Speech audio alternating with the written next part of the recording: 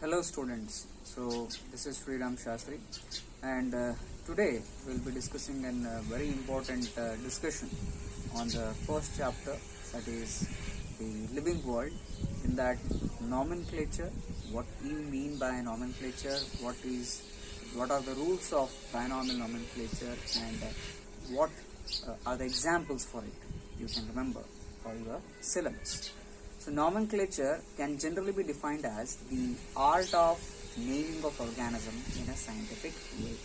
Okay, so most of the organisms, they have several names, common names which are several and which are different from region to region. In every language, the common name differs from one language to another language. So there was a necessity to name the organisms in a manner universally it should have a same name. Okay, so the reason behind starting scientific naming or nomenclature method is related to having one single name universally for a particular organism which can be easily identified worldwide. Okay, so for easy worldwide identification of organism, scientific naming method was initiated. It's called as the nomenclature. Now secondly, we have one more terminology, that is binomial nomenclature. Now what do you mean by binomial nomenclature? So binomial nomenclature refers to naming of organisms by using two epithets or two words. Okay, so bi means two.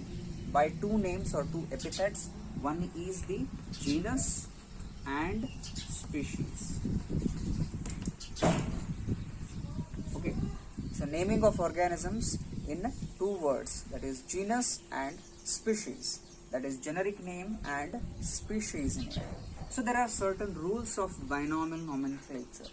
The first rule is that always the scientific names, okay, the names which are used in binomial nomenclature are Latinized.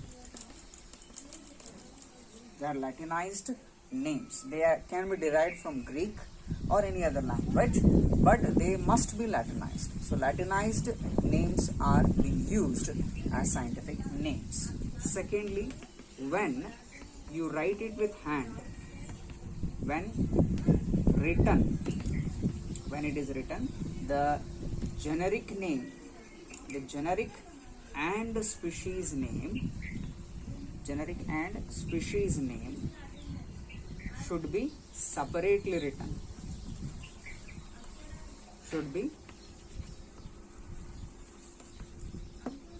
When handwritten, the names should be separately written and underlined separately. So underlining should also be separate. Okay, when I quote an example, you will understand it in a better manner. Okay, now what's the next point there? Third rule. The third rule of binomial nomenclature says that when it is printed, it should be printed in italic. It is continuation of the second rule itself. Okay, so when the what you call as scientific names are printed, okay, so when printed,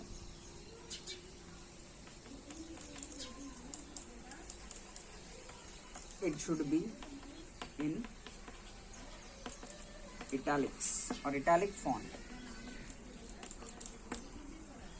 Okay, italic font, it should be in italic font. Then if you talk about one more rule, okay, what is that rule here? As I said, the generic name or the genus name, generic name must start with capital letter and species name in small letter, right? So first thing is it must be what you call as Latinized names. Then two words are used, generic and species names. Then generic name must be written separately and species name should be written separately. If they are handwritten, they should be also underlined. If they are printed, they should be what you call as in italic font to give their Latin origin. And one more last thing is that generic name must start with a capital letter and species name should start with a small letter. Okay, so if you take up some examples here, you can understand nomenclature in a better way. Okay, so if you take about example of the mango, mango is a common name.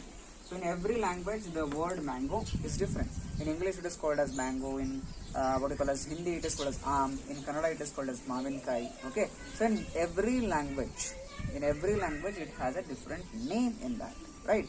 So these different names what you call as suggest a confusion, but when there is a universal single name it can be easily identified. So for mango, the scientific name is Mangifera indica, and when you are writing it you should underline it. So it starts with capital letter, it starts with a small letter, right? Secondly, you can take example of say, if you take example of peacocks or peafowl. Okay, so the scientific name in Hindi, peafowl is called as more.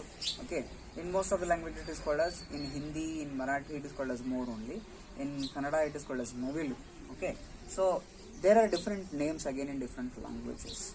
In our own country there are so many languages. If you take to go to other countries, they again have different names for it. So to have a scientific single name, it is having Pavo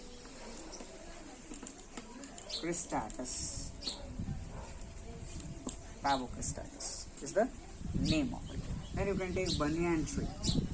Okay, so for banyan tree is the common name. Scientific name is, it belongs to the genus Ficus. Okay, so Ficus benghalensis.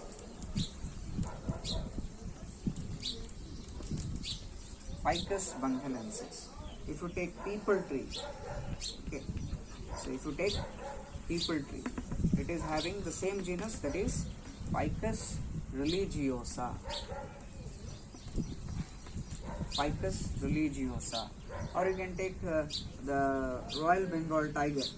Okay, so Royal Bengal tiger, common name.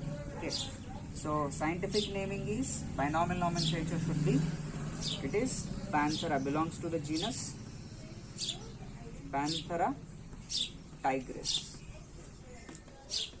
So the generic name and the species name should be separate. So these are certain examples of binomial nomenclature, right? So what is nomenclature? What is binomial nomenclature? What are the rules of binomial nomenclature? And at the end, examples of binomial nomenclature.